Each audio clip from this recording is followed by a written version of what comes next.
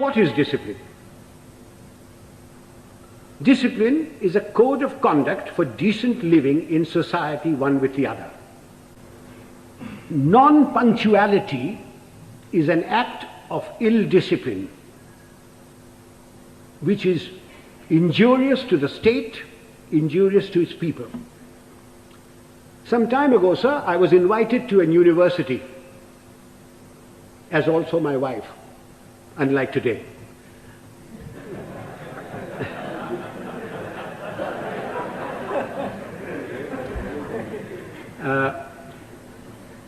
I was called there at a convocation at 5 o'clock in the evening. And having been in the army for 50 years, telling the driver, go slow, go fast, arrived there at 5 o'clock in the evening.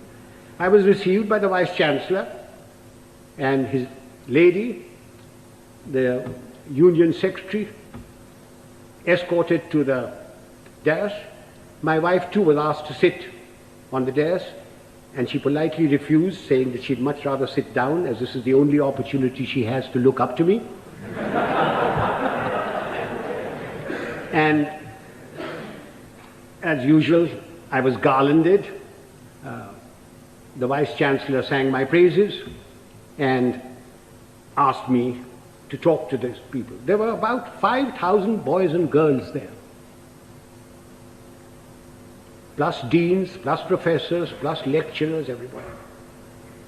And as I got up to get to the desk, to the lectern, the Vice-Chancellor says to me, sotto voce, Field Marshal, a fortnight ago we had invited a VIP to the same function. He was allowed to stand at the lectern for exactly 15 seconds. I wish you good luck.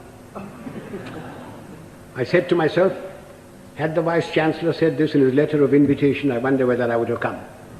Anyway, I got up to the lectern and I addressed the gathering for the amount of time that I was allowed.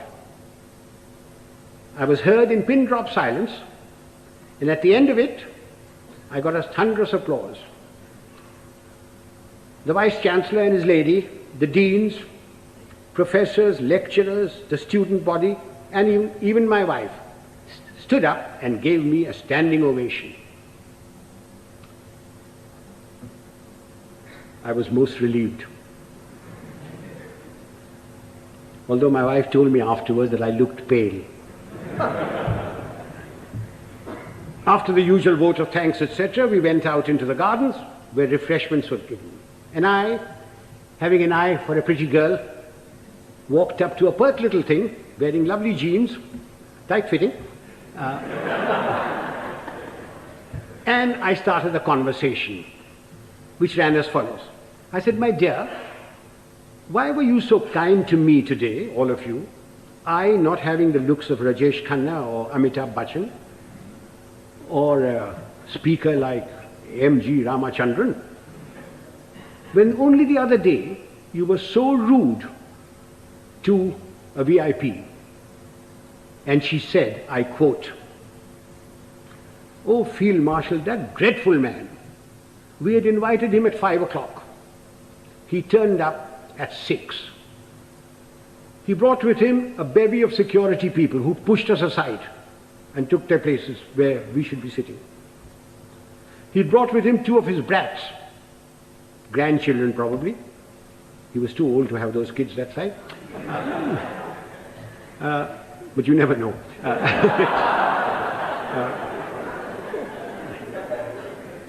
He was received by the Vice-Chancellor and lady. He was the Union President garlanded him, and he demanded garlands for his 2 brats. The Union President, being very flexible, diverted the garlands for the Vice-Chancellor and his lady to these brats. And then the Vice-Chancellor sang his praises, saying how fortunate we were that he had come here, that he has done so much for the country. And all the while, this man sat there.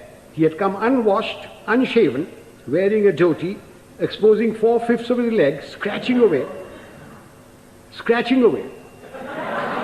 And the Vice-Chancellor said that the worthy had been to jail. When he said that, the girl said, I almost shouted he should be there now.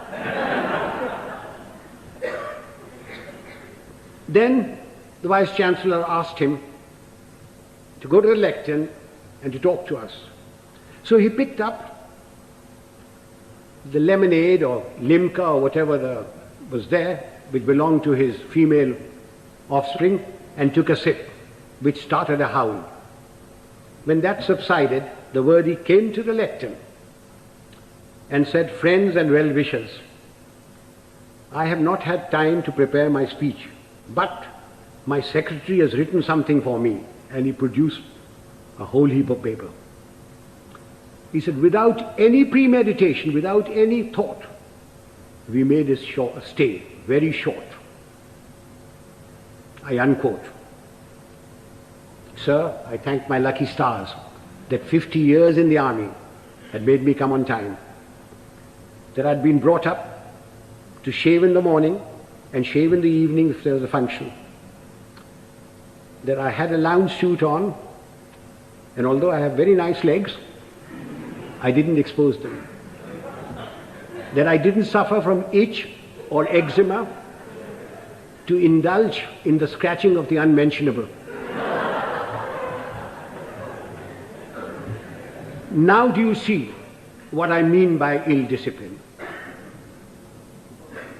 Had the worthy come on time, according to the program, talked to the people and given them advice, can you imagine what a lot of good it would have done? Instead of that, his act of ill discipline produced more ill discipline.